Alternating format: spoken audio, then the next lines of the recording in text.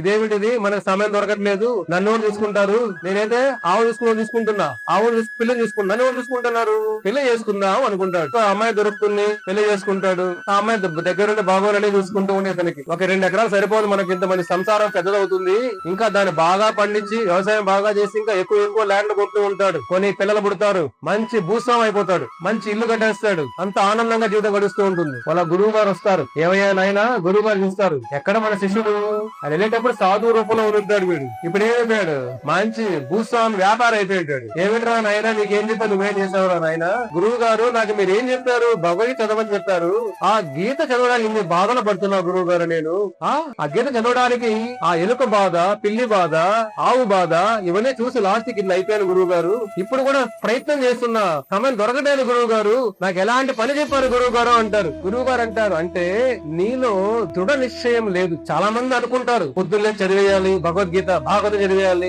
కోరికలుంటే సరిపోదు. మనం ఒకటి సాధించాలంటే మనలో ఏముండాలి, ఒక దృఢమైన సంకల్పం ఉండాలి, సంకల్ప బలం ఉండాలి. భగవద్గీత మనం రోజు చదివితేనే మనలో ఉన్న శోకాలు, మోహాలు అన్ని బయటపడి ఆ వైకుంఠం మనం చేరుకోగలుగుతాం. అంతే తప్ప ఈ ప్రపంచంలోనే బతకడం కోసం కాదు మనం, లేదంటే ఈ శిష్యుల్లాగా అయిపోతాం మనం కూడా. రోజుకు ఒక కారణం చెబుతున్నాం, మనం కారణం వెతుక్కుంటూ ఉన్నాం. అదే మృత్యు వస్తే చెబుతామా, ఏ సమయం వచ్చినా ఆ క్షణంలో ఏ పని చేస్తూ ఉన్నా ఆ క్షణమే శరీరం కింద పడిపోయి ఆత్మ వదిలేస్తుంది, అయిపోయిందంతే.